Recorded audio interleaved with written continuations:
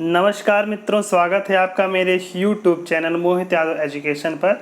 इस चैनल पर मैं आपको मैकेनिकल इंजीनियरिंग के विभिन्न प्रकार के सब्जेक्ट्स के क्वेश्चन सॉल्व कराता हूं, जो कि आपके विभिन्न प्रकार के एग्जाम जैसे UP triple S C, UP army, ISRO, BARC जैसे अनेक प्रकार के एग्जाम्स में आपके लिए काफ़ी हेल्पफुल रहते हैं। इसके पहले मैंने अनेक प्रकार के सब्जेक्ट्स के क्वेश्चन सॉल्व करा दिए हैं, जैसे theory of machine, design of machine, boiler और भी कई सब्जेक्ट्स के क्वेश्चन सॉल्व कराए हैं। यदि आप उन वीडियोस को देखना चाहते हैं तो उसका लिंक आपको डिस्क्रिप्शन में मिल जाएगा। आज जो मैं क्वेश्चन सॉल्व कराने जा रहा हूँ वो है मैन्युफैक्चरिंग एंड प्रोडक्शन सब्जेक्ट्स के topic non conventional machining process से संबंधित क्वेश्चन है। तो शुरू करते हैं आज का टॉपिक। तो सबसे पहला क्वेश्चन आपके सामने है, वो है which one of the following process does not cause tool wear. निम्नलिखित में से कौन सा प्रोसेस है जिसमें टूल वियर नहीं होता है।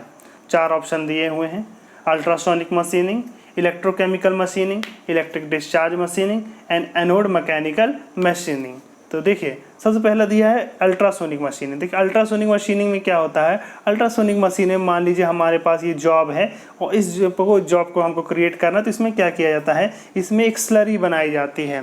उसमें स्लरी क्या होती है, वो स्लरी होती है वो उसमें या तो हम लोग वाटर की स्लरी बना सकते हैं, या फिर बेंजीन में बना सकते हैं, या फिर ऑयल में भी बनाया जा सकता है। तो ये स्लरी का बेस होता है और इसमें क्या किया जाता है, कोई भी अब्रेसिव मिला दिया जाता है। ये अब्रेसिव कौन कौन से हो सकते हैं, ये अब्रेसिव हो सकते हैं बोरोन कार्बाइड हो सकता है, या फिर सिलिकॉन कार्बाइड हो सकता है, या फिर एल्यूमिनियम ऑक्साइड भी हो सकता है। तो ये क्या होते हैं, हमारे अब्रेसिव होते हैं। इन अब्रेसिव में हम लोग इसको स्लरी में मिला देते हैं, जो कि एक फ्लूइड होता है। इस प्रकार से हमारा एक स्लरी तैयार हो जाता है।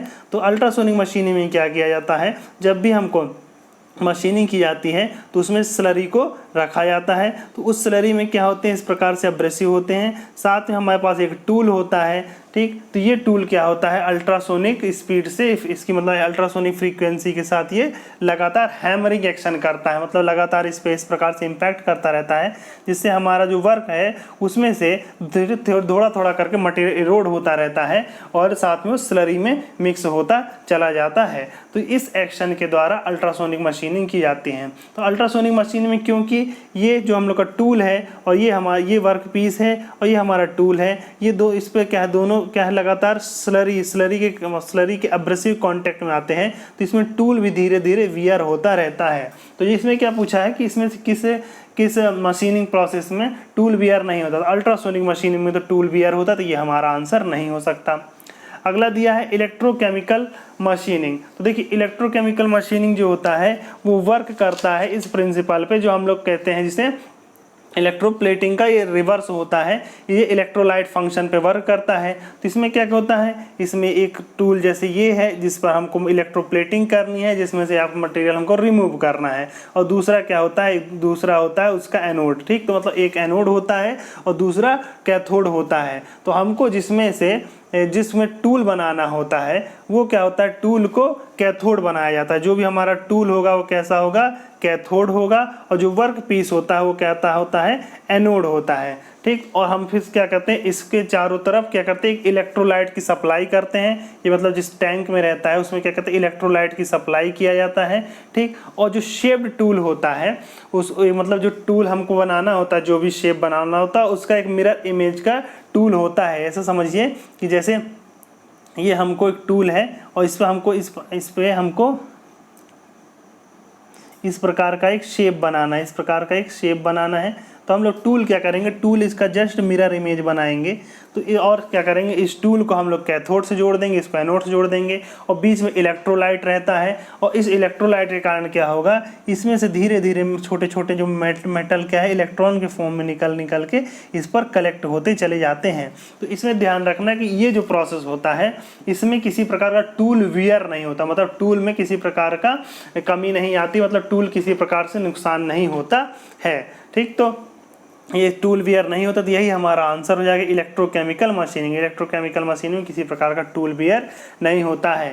साथ में आपको याद रखना है कि इसमें जो इलेक्ट्रोलाइट के रूप में क्या क्या यूज़ किया जा सकता है। इलेक्ट्रोलाइट के रूप में हम लोग जो यूज़ करते हैं वो NaCl प्लस H2O, मतलब सीधे सीधे क्या कह सकते हैं कि नमक का घोल यूज़ करते हैं। साथ में हम लोग कभी कभी HCl भी यूज़ कर सकते हैं, कभी कभी H2SO4 भी यूज़ कर लेते हैं, साथ में HNO3 भी यूज़ कर सकते हैं। कहने का मतलब ये है कि जो भी हम लोग इलेक्ट्रोलाइट यूज़ करेंगे वो high electric and thermal conductivity होनी चाहिए, ठीक, और उसकी विस्कोसिटी भी कम होनी चाहिए, साथ ही उसकी स्पेसिफिक हीट बहुत अधिक होनी चाहिए ताकि वो बहुत तेज़ी से गर्म ना हो। तो हमारा इसका जो आंसर हो गया, हमारा इसका आंसर हो गया इलेक्ट्रोकेमिकल मशीनिंग। ठीक, तीसरा दिया इलेक्ट्रिक डिस्चार्ज मशीनिंग। देखिए इलेक्ट्रिक डिस्चार्ज मशीनिंग किस मेथड पे वर्क करता है।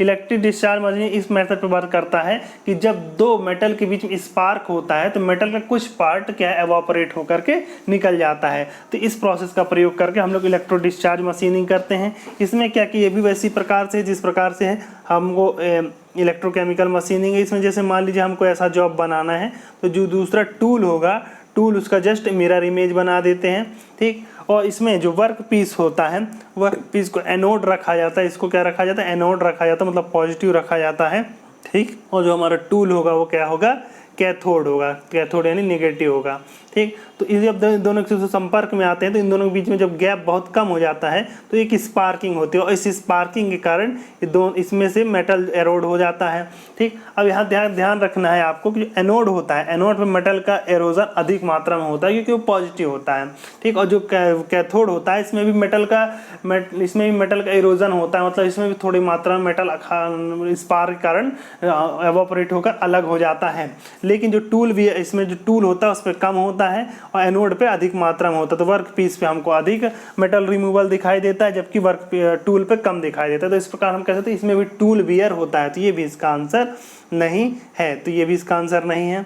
और तीसरा है anode mechanical machining. Anode mechanical machining भी क्या है, ये बिल्कुल उसी प्रकार से है जिस प्रकार के इलेक्ट्रिक डिस्चार्ज मशीनिंग है, बस अंतर ये होता है कि इसमें क्या है कि लगातार हम लोग इसमें मैकेनिकल वर्क भी करते हैं। तो मतलब जो टूल रहता है वो टूल थोड़ा सा मेटल मैकेनिकल वर्क के द्वारा रिमूव करता है और थोड़ा सा क्या है इलेक्ट्रिक डिस्चार्ज के मेथड के द्वारा रिड्यूस का मतलब रिमूव करता है। तो दोनों प्रोसेस का कॉम्बिनेशन होता है, तो इसमें भी टूल का इरोजन होता है। तो इसका आंसर क्या होगा, इस क्वेश्चन का आंसर हो गया बी।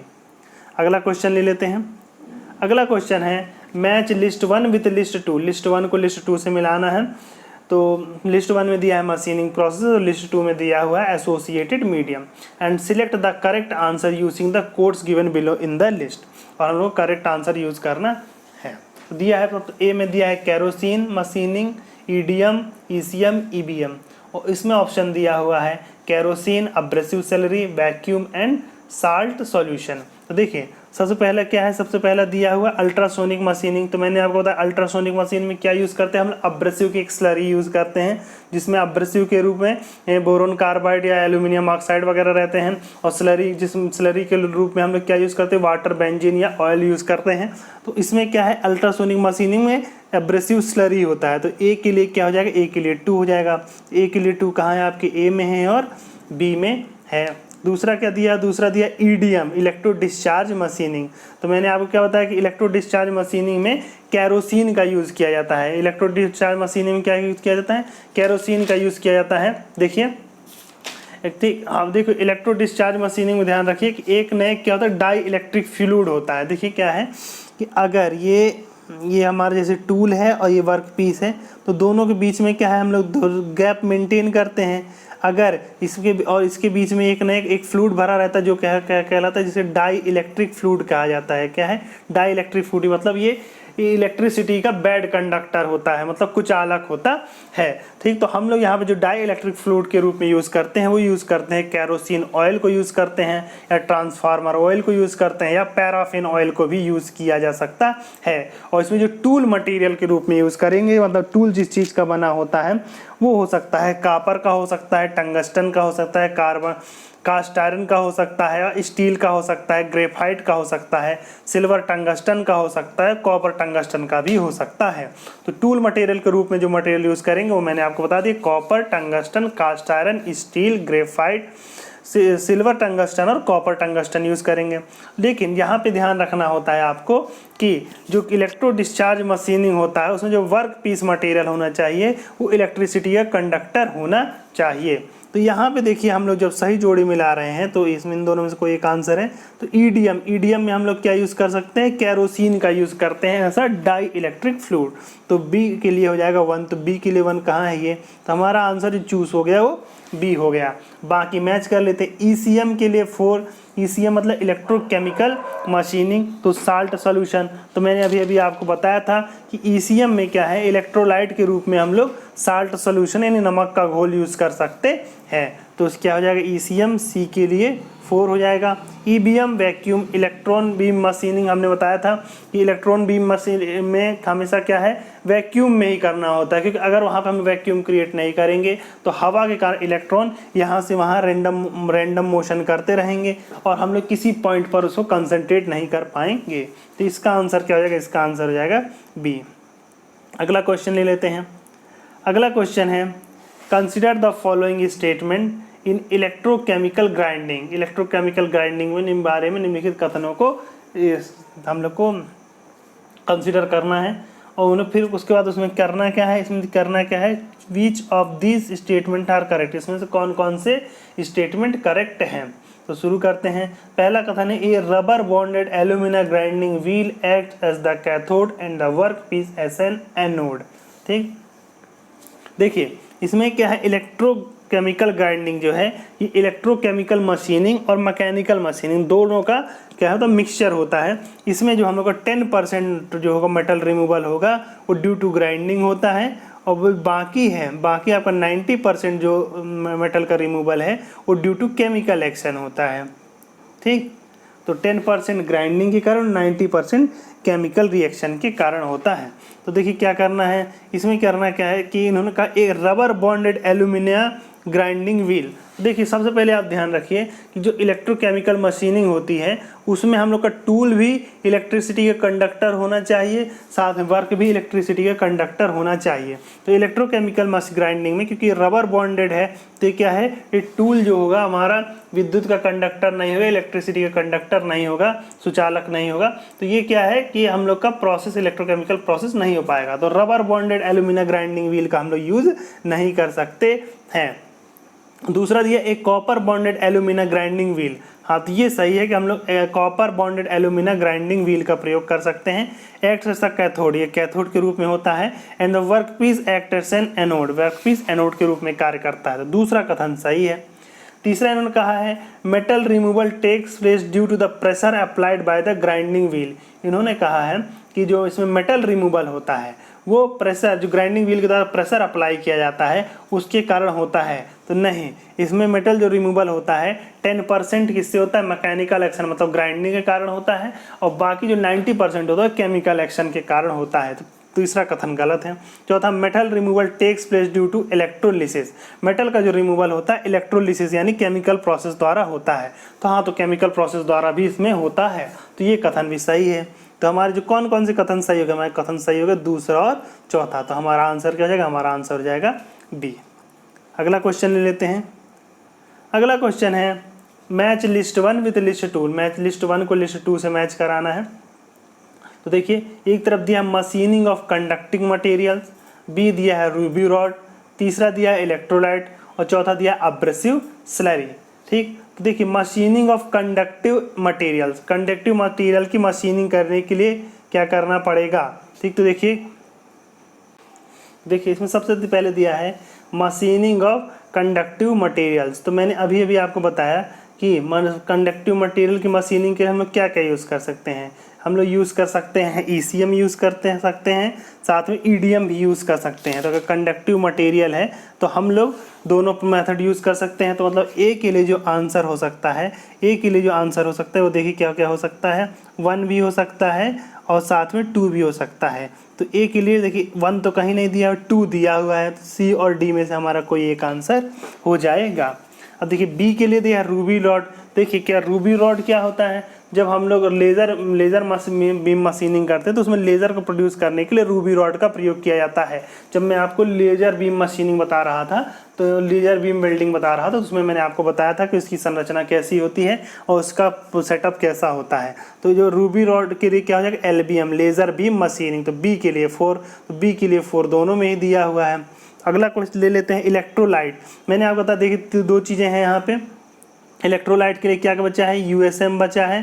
ठीक, अब देखिए 3 और 1, तो 3 और 1 में एक दिया ईएससीएम दिया है और क्या दिया है, और 3 में क्या दिया, यूएसएम दिया है। तो देखिए इलेक्ट्रोलाइट का प्रयोग किस में किया था, इलेक्ट्रोलाइट का प्रयोग किया था इलेक्ट्रोकेमिकल मशीनिंग में किया जाता है। तो सी के लिए क्या हो जाएगा 1, तो सी के लिए 1 कहाँ है, डी, तो यही हमारा आंसर हो जाएगा। अब चौथा हो जाए अब्रेसिव स्लरी, तो अब्रेसिव स्लरी का प्रयोग कहाँ जाता है, यूएसएम अल्ट्रासोनिक मशीनिंग में किया जाता है। तो इस प्रकार की सही जोड़ी बन गई है। देखिए यहाँ पे क्या है, हम लोग अगर अपनी तरफ से सही जोड़ी बनाने दिया जाए तो कई प्रकार से इसके बना सकते हैं, क्योंकि पहले के लिए 2 ऑप्शन उपलब्ध हैं। रूबी रॉड के लिए तो मान लीजिए चौथा एल्बियम ही उपलब्ध है। इलेक्ट्रोलाइट के लिए हम लोग क्या कर सकते हैं, ईसीएम में यूज़ कर सकते हैं, अब्रेसिव स्लरी यूएसएम में। तो उसके हिसाब से हमको जो आंसर दिया उसमें से करेक्ट आंसर चूज़ करना रहता है। तो इसमें यहाँ पे हमारा जो आंसर बन के आया है वो आंसर है डी। अगला क्वेश्चन ले लेते हैं। अगला क्वेश्चन है मैच लिस्ट 1 विथ लिस्ट 2, दोनों को लिस्ट को मैच करना है। And using then select the correct answer using the codes given below, correct answer को हम लोग को चूज करना है। देखिए सबसे पहले दिया ईडीएम, एलबीएम, यूएसएम, ईसीएम। तो दिया है A1 दिया है holes and cavities in hard and brittle material. Hard और ब्रिटिल मटेरियल में अगर हमको होल्स और कैविटीज़ का निर्माण करना है तब हम लोग क्या करेंगे, तो देखिए तब हम लोग उसके लिए यूएसएम यूज़ करते हैं। ठीक, किसको यूज़ करते हैं, यूएसएम मेथड को यूज़ करते हैं। देखिए यूएसएम के फ़ायदे क्या क्या होते हैं, यूएसएम का पहला फ़ायदा होता है कि ये नॉइसलेस होता है, इसमें शोर बहुत कम होता है। दूसरा इसमें हीट जनरेशन कम होता है। और ठीक, इसके द्वारा अगर हम लोग को जब किसी भी हार्ड मटेरियल का मशीनिंग करनी होगी तो हम लोग अल्ट्रासोनिक मशीनिंग का यूज़ किया जाता है। ठीक, तो इसका प्रयोग हम लोग कहाँ कहाँ कर सकते हैं, इसका प्रयोग हम लोग जैसे डाइस बनाने के लिए कर सकते हैं। ठीक, अगर कार्बाइड की मशीनिंग करनी है, ग्लासेस की मशीनिंग करनी है, या फिर हमको जो महंगे पत्थर होते हैं जैसे हीरा, पन्ना, डायमंड, इनकी अगर मशीनिंग करनी है तब हम लोग क्या यूज़ करेंगे, तब हम लोग अल्ट्रासोनिक मशीनिंग यूज़ करेंगे। इसके अलावा जो हम लोग आर्टिफिशियल टीथ बनाए जाते हैं, आर्टिफिशियल दांत बनाए जाते हैं, वो डेंटल एप्लीकेशन, तो वहाँ पे भी हम लोग किसकी मशीनिंग के लिए क्या यूज़ करेंगे, वहाँ पे भी हम लोग मशीनिंग के लिए यूज़ करेंगे यूएसएम प्रोसेस को। अगर कोई रिफ्रैक्टरी मटेरियल की मशीनिंग करनी है तब भी हम लोग यूज़ करेंगे यूएसएम मेथड को। तो सी के लिए आंसर क्या हो जाएगा, सी के लिए 1 हो जाएगा। तो 1 किस में चला जाएगा, सी में चला जाएगा। तो 1 किस में किस दिया हुआ है, 1 के लिए सी कहाँ कहाँ दिया, बी और सी में दिया हुआ है। ठीक, अब दूसरा क्या दिया, micro drilling and micro welding of material. ठीक, micro drilling and micro welding of material. तो देखिए ये क्या किया जाता है, ये किया जाता है लेज़र बीम मशीनिंग के द्वारा हम लोग माइक्रो ड्रिलिंग कर सकते हैं। बहुत छोटे छोटे होल बनाने हैं या छोटा वेल्डिंग करना है। देखिए एलबीएम जो लेज़र बीम मशीनिंग है उसकी विशेषता ये है कि इसके द्वारा हम लोग मशीनिंग भी कर सकते हैं, वेल्डिंग भी कर सकते हैं।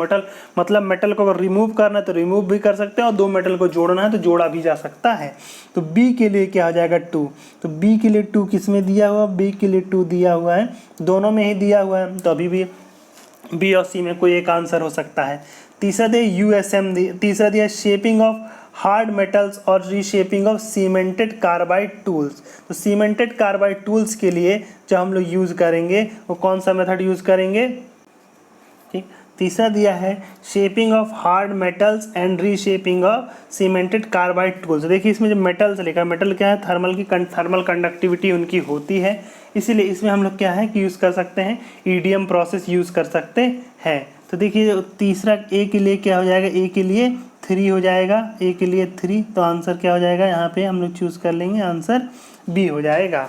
चौथा दिया ECM shaping of cemented carbide dies and punches. तो इसके लिए यूज़ कर सकते हैं डी के लिए 4।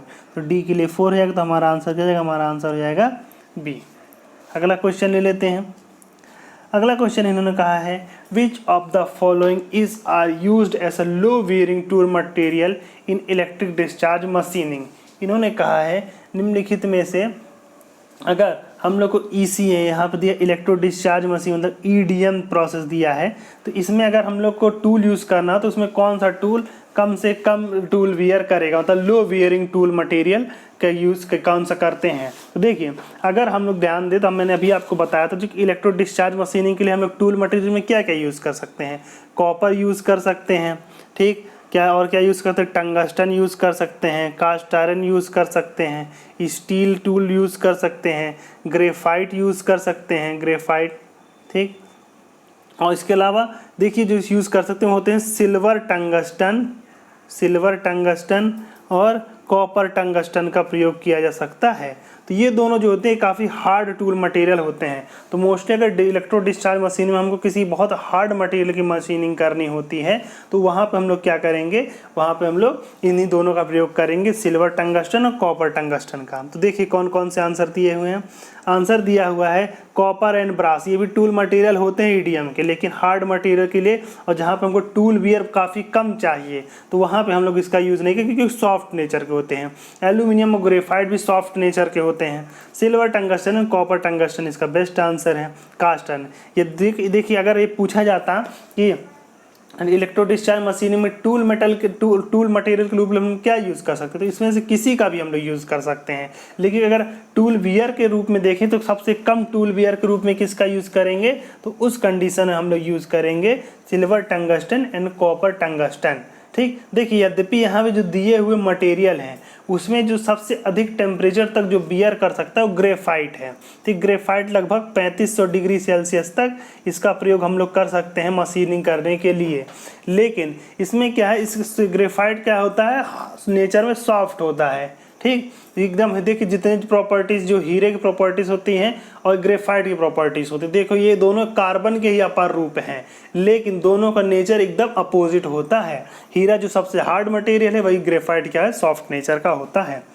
तो देखिए ग्रेफाइट 3500 डिग्री सेल्सियस तक बियर तो कर सकता है, लेकिन सॉफ्ट नेचर होने के कारण इसका प्रयोग हम लोग नहीं यूज़ करते हैं जब अगर हमको हार्ड मटेरियल की मशीनिंग करनी है, क्योंकि इसमें टूल वेयर बहुत अधिक मात्रा में हो जाएगा। ग्रेफाइट तो इतना सॉफ्ट होता है, आपने देखा है कि उसको हम लोग पेंसिल में यूज़ करते हैं तो उसको हम लिखते हैं तब भी वो धीरे धीरे घिसता चला जाता है। तो इसका आंसर क्या हो जाएगा, इसका आंसर हो जाएगा सी। अगला क्वेश्चन ले लेते हैं। अगला क्वेश्चन है during ultrasonic machining the metal removal is achieved by. इन्होंने कहा है अल्ट्रासोनिक मशीनिंग के समय मेटल को किस प्रकार से रिमूव किया जाता है। तो इन्होंने कहा है high frequency eddy current, high frequency के एडी करंट द्वारा, तो नहीं। मैंने आपको बताया था कि मेटल अल्ट्रासोनिक मशीनिंग में मेटल किस प्रकार से रिमूव किया जाता है, तो इसमें अब्रेसिव की एक स्लरी रहती है जिसको हम लोग लगातार वाइब्रेशन के कारण लगातार हम लोग के पास जो वर्क पीस है उस पर लगातार टूल क्या है, वाइब्रेट करता रहता है, कंटिन्यूसली हैमरिंग करता है। तो इस अब्रेसिव के कारण लगातार इसमें से वर्क पीस में से मटेरियल का रिमूवल होता रहता है। तो एडी करंट के कारण तो नहीं होता है, आंसर गलत हो गया। हाई फ्रिक्वेंसी साउंड वेव्स का प्रयोग हम लोग नहीं करते हैं। Hammering action of abrasive particle, ये आंसर सही है। मतलब हम लोग का जो अल्ट्रासोनिक मशीनिंग है उसमें हम लोग एब्रेसिव पार्टिकल के हैमरिंग एक्शन के द्वारा क्या करते हैं, मटेरियल का रिमूवल करते हैं। चौथा दिया है rubbing action between tool and workpiece, tool और वर्कपीस के मध्य रबिंग एक्शन के द्वारा हम लोग क्या करते हैं, मेटल को रिमूव करते हैं। तो ये भी इसका आंसर नहीं है। तो आंसर क्या हमारा सी। अगला क्वेश्चन ले लेते हैं। अगला क्वेश्चन है which one of the following statement is correct in respect of unconventional machining process. Unconventional machining process के संबंध में निम्नलिखित में से कौन से कथन सही है, ठीक। तो देखिए कौन कौन से आंसर दिए। सबसे पहले दिया the cutting tool is direct contact with job, तो देखिए ये नहीं है। देखिए आप सबसे पहले बता दीजिए जो नॉन कन्वेंशनल मशीनिंग प्रोसेस होता है उसकी क्या क्या विशेषता होती है। उसकी सबसे पहली विशेषता यही होती है कि इसमें टूल और वर्क पीस के बीच में कांटेक्ट नहीं होता है, ठीक। दूसरी विशेषता क्या होती है कि देखिए इसमें जो स्पेसिफिक पावर कंजप्शन है वो काफ़ी ज़्यादा होती है, क्योंकि इस मेटल रिमूवल रेट काफ़ी कम है और पावर रिक्वायरमेंट ज़्यादा है। तो पावर रिक्वायरमेंट के हिसाब से तो इसकी स्पेसिफिक पावर कंजप्शन है वो काफ़ी ज़्यादा है। और इसमें जो मेटल रिमूवल रेट है MRR, मेटल रिमूवल रेट है वो काफ़ी लो होता है। इसमें मतलब मटेरियल का बहुत कम मात्रा में हम लोग रिमूव कर पाते हैं। लेकिन जो हम लोग नॉन कन्वेंशनल मशीनिंग प्रोसेस है, ये सबसे अधिक महत्वपूर्ण ये है कि इसके द्वारा हम लोग हार्ड मटेरियल को अत्यंत प्रिसाइज और एक्यूरेसी के साथ मशीनिंग कर सकते हैं। और साथ में ये भी ध्यान रखिए कि यहाँ पे वर्क पीस और टूल के मध्य किसी प्रकार के रिलेटिव मोशन की आवश्यकता नहीं है, मतलब ज़रूरी नहीं है वर्क पीस और टूल के मध्य रिलेटिव मोशन हो। तो सबसे पहला देखिए क्या क्या इसमें ऑप्शन दिए हुए हैं। पहला दिया था cutting tool is in direct contact with job, तो ये कथन तो गलत है। नॉन कन्वेंशनल मशीनिंग प्रोसेस में या अनकन्वेंशनल मशीनिंग प्रोसेस में कटिंग टूल और एक डायरेक्ट कॉन्टैक्ट में नहीं जॉब के नहीं आता है।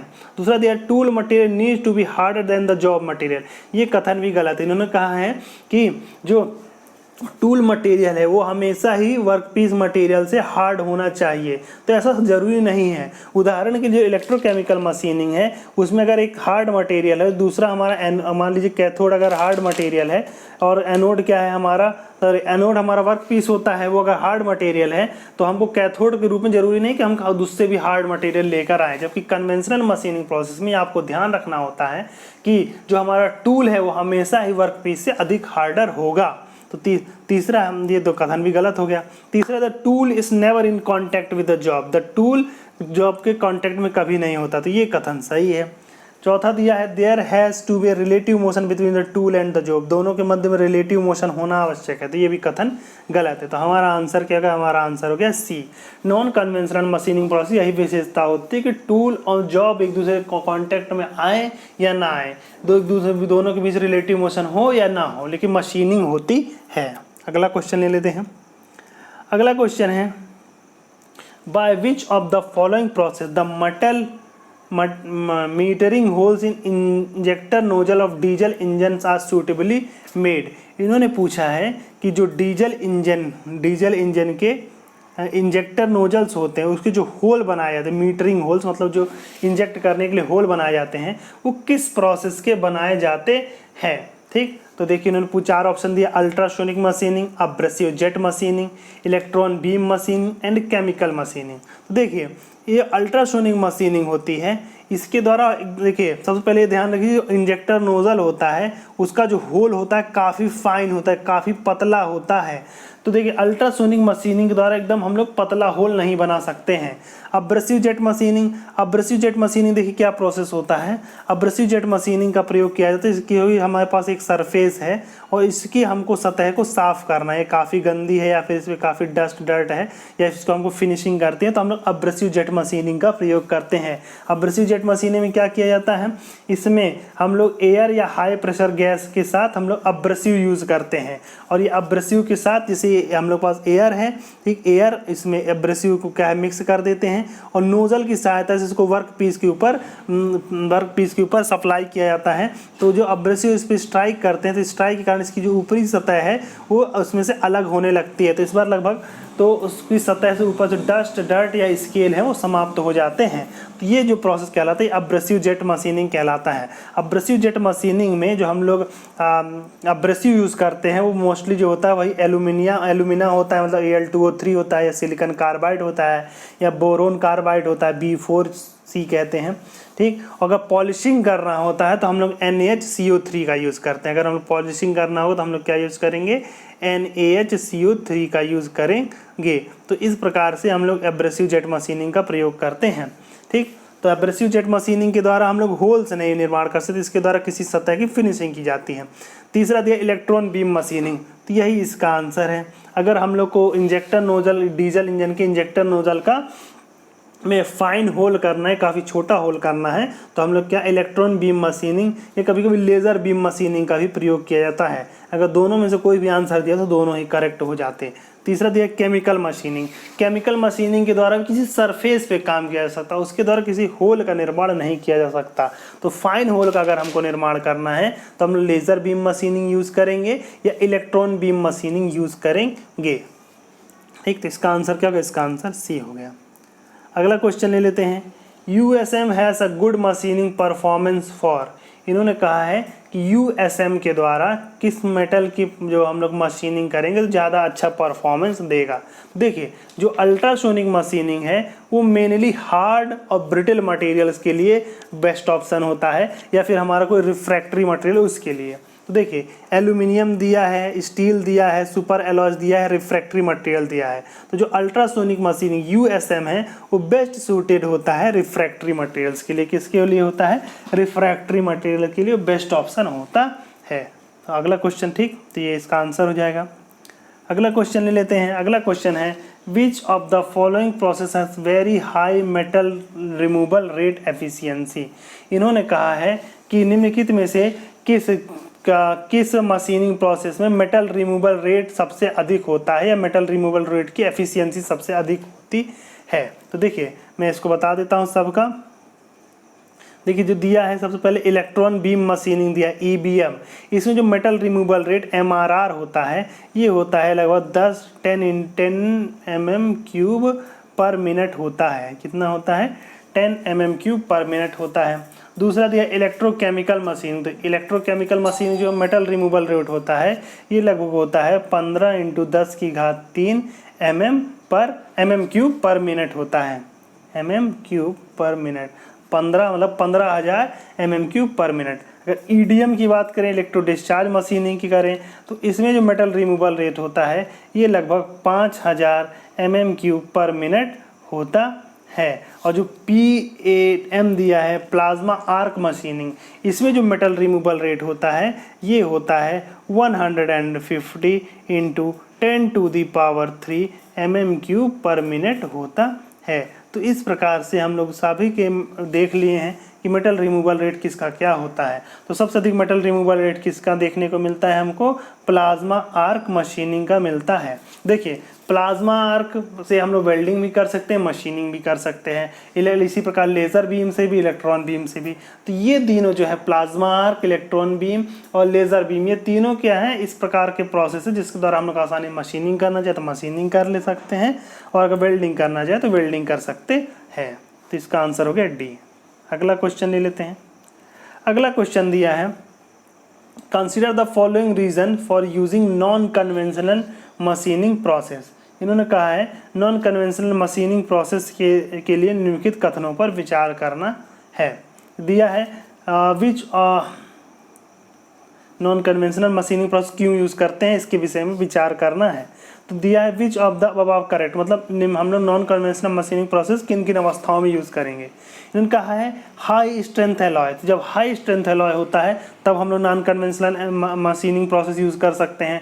ठीक, तो इसके द्वारा हम लोग हार्ड मटेरियल की मशीनिंग कर सकते हैं। तो हाँ ये कथन सही, मतलब ये सही है। इधर जब वेरी हाई स्ट्रेंथ एलॉय से तब हम इसका प्रयोग करना चाहेंगे। दूसरा दिया है कॉम्प्लेक्स सरफेस। जब सरफेस कॉम्प्लेक्स होता मतलब जैसे हमको इस प्रकार का कोई सरफेस है उसकी मशीनिंग करनी है, ठीक, तो इस सब कंडीशन के लिए हम लोग अलग अलग प्रकार के मशीनिंग प्रोसेस यूज़ कर सकते हैं। तो हाँ कॉम्प्लेक्स सरफेसेस की मशीनिंग करने के लिए हम लोग नॉन कन्वेंशनल मशीनिंग प्रोसेस का यूज़ करेंगे। तो ये कथन भी सही है। तीसरा इन्होंने कहा है high accuracy and surface finish.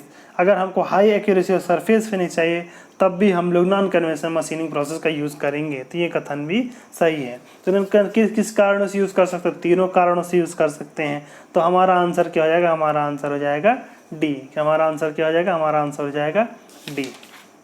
ठीक फ्रेंड्स, तो ये हो गया हमारा आंसर D। अगला क्वेश्चन ले लेते हैं। अगला क्वेश्चन दिया है इन्होंने विच of the following components can be manufactured by powder metallurgy. Powder metallurgy के द्वारा हम लोग कौन कौन से पदार्थों को बना सकते हैं जो दिए हुए हैं। तो देखिए पाउडर मेटलर्जी के द्वारा हम लोग ऐसे पदार्थ बनाते हैं जिसमें अगर हमको किसी प्रकार की पोरोसिटी चाहिए होती है, ठीक है, किसी सिरेमिक पे वर्क करना है, ठीक, तो इस प्रकार के सभी पार्ट्स हम लोग लगभग पाउडर मेटलर्जी से बना सकते हैं। तो पाउडर मेटलर्जी से बना जो हम लोग पार्ट्स बना सकते हैं वो मैं आपको कुछ बता देता हूँ, वो आपको ध्यान रखना चाहिए। सबसे पहले जो है कार्बाइड टिप टूल्स। जो कार्बाइड टिप टूल्स होते हैं जो इसमें ऑप्शन में दिया हुआ है ये पाउडर मेटलर्जी से बनाए जा सकते हैं या पाउडर मेटलर्जी से ही बनाए जाते हैं। ठीक, दूसरा तो बियरिंग्स। अगर हमको बियरिंग्स बनाने हैं इस प्रकार के बियरिंग जिसमें थोड़ी सी पोरोसिटी चाहिए होती है, ठीक, इनको कहा जाता है इम्प्रेग्नेंट बियरिंग कहा जाता है। किसको क्या कहा जाता है? इम्प्रेग्नेंट। इम्प्रेग्नेंट बीयरिंग कहा जाता है। इम्प्रेग्नेंट बीयरिंग का मतलब क्या होता है, ये जब देखिए अगर हम लोग किसी ऐसी बीयरिंग चाहे जो थोड़ी सी पोरस हो, फिर हम उसको ऑयल और ग्रीस में डुबो के रखते हैं, तो ये क्या करती है, जब ऑयल और ग्रीस में इसको हम लोग डुबो के रखेंगे तो पर्याप्त मात्रा में ग्रीस और ऑयल को एब्जॉर्ब कर लेगा, फिर जिस जगह पे हम लोग लगाएंगे तो बहुत अच्छा लुब्रिकेशन देगा। तो जब इम्प्रेग्नेंट बीयरिंग का निर्माण करना होता है तब भी हम लोग को पाउडर मेटलर्जी का प्रयोग कर सकते हैं। तीसरा जो फिल्टर, ठीक, देखिए सिरेमिक फिल्टर जो होते हैं उनका जब निर्माण किया जाता है वो पाउडर मेटलर्जी से ही किया जाता है। सिरेमिक फिल्टर कहाँ लगा होता है, तो मैंने जब आपको कास्टिंग पढ़ा रहा था तो वो बताया था कि उसमें स्क्रू में किस प्रकार का फिल्टर लगा होता है, सिरेमिक फिल्टर लगा होता है। तो जो सिरेमिक फिल्टर्स हैं वो भी हम लोग पाउडर मेटलर्जी से बना सकते हैं। साथ में जो ब्रेक लाइनिंग्स होती हैं वो किसकी बनाई जाती है, पाउडर मेटलर्जी से ही बनाई जाती है। इसके अलावा ग्राइंडिंग व्हील्स, और किसके अलावा क्या है, ग्राइंडिंग व्हील्स, अगर हम लोग ग्राइंडिंग व्हील बनाना तो वो पाउडर मेटलर्जी से बनाएंगे।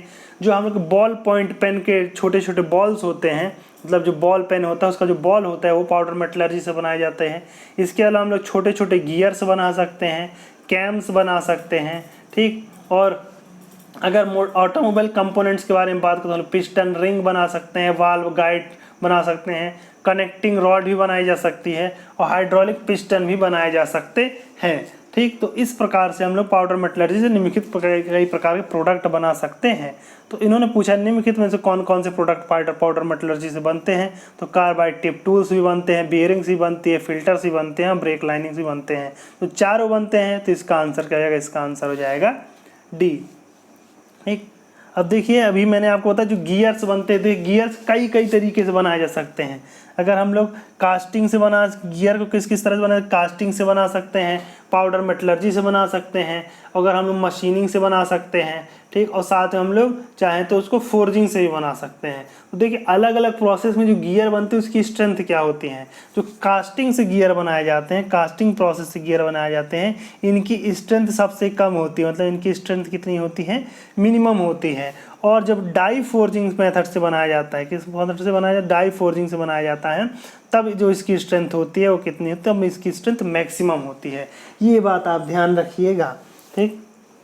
अगला क्वेश्चन इन्होंने पूछा है, in powder metallurgy the operation carried out to improve the bearing property of a bush is called. इन्होंने कहा पाउडर मेटलर्जी में अगर बियरिंग की बुश की बियरिंग प्रॉपर्टी को बढ़ाने के लिए क्या किया जाता है, तो देखिए इन्फिल्ट्रेशन, इम्प्रेग्नेशन, हमने बताया था अभी क्या है, इम्प्रेग्नेशन किया जाता है, ठीक। तो देखिए इम्प्रेग्नेशन क्या होता है, जो बुश होता है, बुश भी एक तरह से क्या होता है, बुश की या तो बुश लगाया जाता है, बियरिंग लगाया जाता है। नॉर्मली जो बुश होते हैं वो ब्रास के बनाए जाते हैं, लेकिन अगर हमको पाउडर कोई सिरेमिक बुश बनाना है तब हम लोग उसको किसके बनाएंगे, पाउडर मेटलर्जी से ही बनाएंगे, ठीक। तो इसको जो क्या किया जाता है, बुश में बियरिंग प्रॉपर्टी लाने के लिए इसको में इम्प्रेग्नेशन प्रोसेस किया जाता है। इम्प्रेग्नेशन प्रोसेस क्या है वो मैंने आपको बता दिया जाता है। देखिए पाउडर मेटलर्जी जो प्रोसेस है वो उसको किस प्रकार से होता है वो मैं आपको बता देता हूँ। सबसे पहले देखिए हम लोग मेटल पाउडर बनाते हैं, क्या बनाते हैं, मेटल पाउडर। मेटल पाउडर बनाने के लिए कई प्रोसेस होते हैं। सबसे पहले चाहे तो हम उसको सॉलिड स्टेट में उसका रिडक्शन कर दें, मतलब आसानी से, अगर वो मतलब उसको ब्रिटल नेचर का है तो उसको आसानी से कूट के सही किया जा सकता है। अगर नहीं कूट के नहीं बनाया जा सकता तो उसको हम लोग एटोमाइजेशन प्रोसेस के द्वारा बनाया जा सकते हैं, नहीं तो तीसरा इलेक्ट्रोलिसिस मेथड के द्वारा ही मेटल पाउडर को बनाया जा सकता है। तो सबसे पहले हम मेटल पाउडर बना लेते हैं, साथ में इसमें एडिटिव्स यूज़ करते हैं, विभिन्न प्रकार के एडिटिव्स यूज़ करते हैं ताकि जिसके कारण मेटल पाउडर और इन दोनों में क्या हो जाए, आसानी से बॉन्डिंग हो जाए। इसके बाद अब जब ये दोनों बन जाते हैं तो इन दोनों क्या की जाती है, ब्लेंडिंग की जाती है, दोनों को ब्लेंड की जाती है, और या फिर क्या कहते हैं, मिक्सिंग की जाती है, मतलब इन दोनों की आसानी मिक्सिंग कर देते हैं। अब मिक्सिंग करने के बाद जब हमको पाउडर प्राप्त होता है इसकी कॉम्पैक्टिंग की जाती है। कॉम्पैक्टिंग मतलब इसको जिस शेप में ढालना होता है उस शेप में डाल करके इसको हैमरिंग की जाती है। हैमरिंग एक्शन के द्वारा इसको कॉम्पैक्ट किया जाता है और इसको शेप दिया जाता है। अब देखिए कॉम्पैक्टिंग कैसे कर सकते हैं, चाहे तो हम सिंपल हॉट कॉम्पैक्टिंग करें, मतलब इसको गर्म मेटल पाउडर को गर्म करके फिर उसकी कॉम्पैक्टिंग करें, या फिर सिर्फ हल्का गर्म करके तो उसको वार्म कॉम्पैक्टिंग कहेंगे। अगर एकदम ठंडी अवस्था में कहते हैं उसे कोल्ड कॉम्पैक्टिंग कहते हैं। जब कॉम्पैक्ट हो जाता है तो कॉम्पैक्ट करने के बाद इसको गर्म किया जाता है, तो इस प्रोसेस को कहा जाता है सिंटरिंग कहा जाता है। सिंटरिंग में क्या कहता है, इस मेटल पाउडर उसके एडिटिव्स जो मिक्सचर उस दोनों को मिला करके गर्म किया जाता है। तो सिंटरिंग के बाद उसको जब ठंडा करते हैं तो हमको प्रोडक्ट प्राप्त हो जाता है। यद्यपि जो हमको मेटल का प्रोडक्ट प्राप्त होता है पाउडर मेटलर्जी से, अगर वो हमारे सेटिस्फैक्ट्री लेवल का नहीं है तो हम लोग क्या करते हैं, उसमें अन्य प्रोसेस कर देते हैं, जिसे हम लोग सेकेंडरी मैन्युफैक्चरिंग कहते हैं या सेकेंडरी फिनिशिंग कहते हैं। तो इस प्रकार से पाउडर मेटलर्जी द्वारा प्राप्त प्रोडक्ट और उसकी सेकेंडरी फिनिशिंग, सेकेंडरी मैन्युफैक्चरिंग के बाद हम लोग को जो प्रोडक्ट प्राप्त होता है वो पाउडर मेटलर्जिकल प्रोडक्ट होता है। तो इस प्रकार से पाउडर मेटलर्जी वर्क करती है। तो ये सब चीज़ें पाउडर मेटलर्जी हैं, ठीक। और इसके अलावा मैंने लगभग आपको बता ही दिया, नॉन कन्वेंशनल मशीनिंग प्रोसेस का अधिकतर क्वेश्चन करा ही दिए हैं। अब देखिए, अगर और आपको कोई जो चीज़ जरूरत हो मैं कुछ बता देता हूँ। जो डाई इलेक्ट्रिक फ्लूइड होता है इलेक्ट्रो डिस्चार्ज मशीनिंग, उसकी क्या क्या प्रॉपर्टीज़ होनी चाहिए ये आप ध्यान रख लीजिए। तो डाई इलेक्ट्रिक प्रॉपर्टी होनी चाहिए, इलेक्ट्रिक डिस्चार्ज मशीनिंग EDM की जो डाई इलेक्ट्रिक फ्लूइड है उसकी क्या विशेषता होनी चाहिए। इसकी विशेषता होनी चाहिए कि ये दोनों work piece material tool material के साथ स्टिक नहीं होना चाहिए, तो उसके साथ चिपकना चाहिए। क्योंकि अगर वो उसके साथ स्टिक होने लगेगा तो जो चिप्स रिमूव हो रही है EDM प्रोसेस में वो भी क्या है, वर्क पीस या टूल मटेरियल पर स्टिक रह जाएंगी, तो हम लोग को मशीनिंग में दिक्कत आने लगेंगी, ठीक। साथ में इस प्रकार का होना चाहिए कि ये आसानी से वर्क पीस और टूल के बीच स्पार्क को प्रोड्यूस कर दे। साथ में इसका क्या होता है, स्पेसिफिक हीट क्या होती अधिक होनी चाहिए ताकि वो तेज़ी से गर्म ना हो। उसके अलावा और जो प्रॉपर्टी होनी चाहिए वो ये होनी चाहिए कि नॉन फ्लेमेबल होना चाहिए, लो विस्कोसिटी होनी चाहिए, नॉन टॉक्सिक होना चाहिए, केमिकली स्टेबल होना चाहिए, कॉस्ट कम होनी चाहिए, और सबसे अधिक महत्वपूर्ण बात ईजिली अवेलेबल होना चाहिए, ठीक। तो जो हम लोग यूज़ करते हैं कौन कौन सी यूज़ करते हैं, कैरोसिन ऑयल या ट्रांसफार्मर ऑयल या पैराफिन ऑयल का यूज़ कर सकते हैं, ठीक। अब देखिए और कुछ लगभग इसमें मैंने आपको अधिकतर चीज़ें बताई दी हैं। देखिए जो होता है मेटल रिमूवल रेट का एक फार्मूला याद कर लीजिए, ECM प्रोसेस में, किसमें, इलेक्ट्रोकेमिकल मशीनिंग, ECM जिसे कहते हैं।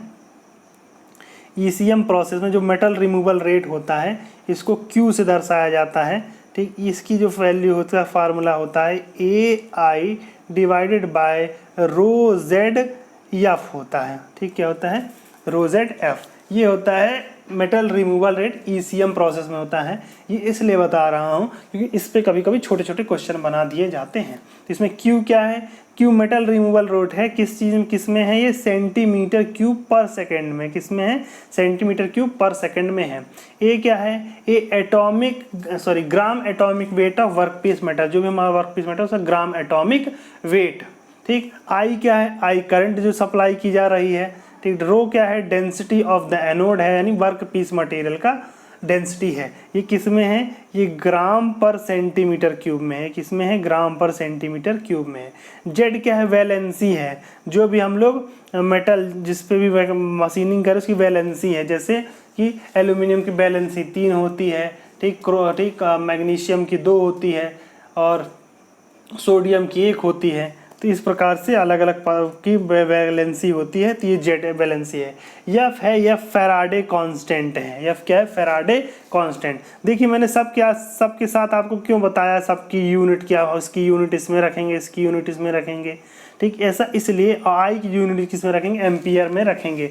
ऐसा इसलिए कि जिसमें फैराडे की वैल्यू है, फैराडे कांस्टेंट एफ की वैल्यू है 96,500 कूलाम्स है। तो ये देखिए अगर हम लोग जो दिए गए हम लोग को हमने आपको बताया है उस सब की जो यूनिट है उसमें रखेंगे तभी एफ़ की वैल्यू ये होगी 96,500 होगी। अगर दूसरे यूनिट्स में इसको रखेंगे तो इसकी वैल्यू चेंज हो जाएगी, तो उसके हिसाब से आपको इसकी वैल्यू याद करनी पड़ेगी, ठीक। ओके, तो इस प्रकार से हम लोग मेटल रिमूवल रेट निकाल सकते हैं, किसका, इलेक्ट्रोकेमिकल मशीनिंग प्रोसेस का निकाल सकते हैं क्या, मेटल रिमूवल रेट। तो ये था आज के लिए लेक्चर। लगभग आपको पाउडर मशीन टूल टेक्नोलॉजी के लगभग मैंने सभी क्वेश्चन लगभग करा दिए हैं। अगर फिर भी आप इसमें अगर जो पढ़ाया है उसमें किसी प्रकार का डाउट हो या आपको किसी क्वेश्चन पूछना हो तो आप कमेंट बॉक्स में पूछ सकते हैं। ठीक है, चाहे तो आप हमारा टेलीग्राम चैनल ज्वाइन कर सकते हैं जिसका लिंक मैंने डिस्क्रिप्शन में दे रखा है। ये जो मैंने पढ़ा है इन क्वेश्चन की पीडीएफ भी आप लिंक में प्राप्त कर सकते हैं। इसके अलावा मैंने फ्लूइड मैकेनिक्स को शॉर्ट में पढ़ाया है जो कि एग्जाम पॉइंट ऑफ व्यू से काफ़ी इंपॉर्टेंट है, तो उसका लिंक भी डिस्क्रिप्शन में आपको मिल जाएगा। आप चाहे तो यूपीआरवीएनएल की प्रोफाइल, जॉब प्रोफाइल क्या है, सैलरी क्या मिलती है, उससे संबंधित वीडियोस देखना चाहते हैं तो उसका लिंक भी आपको डिस्क्रिप्शन में मिल जाएगा।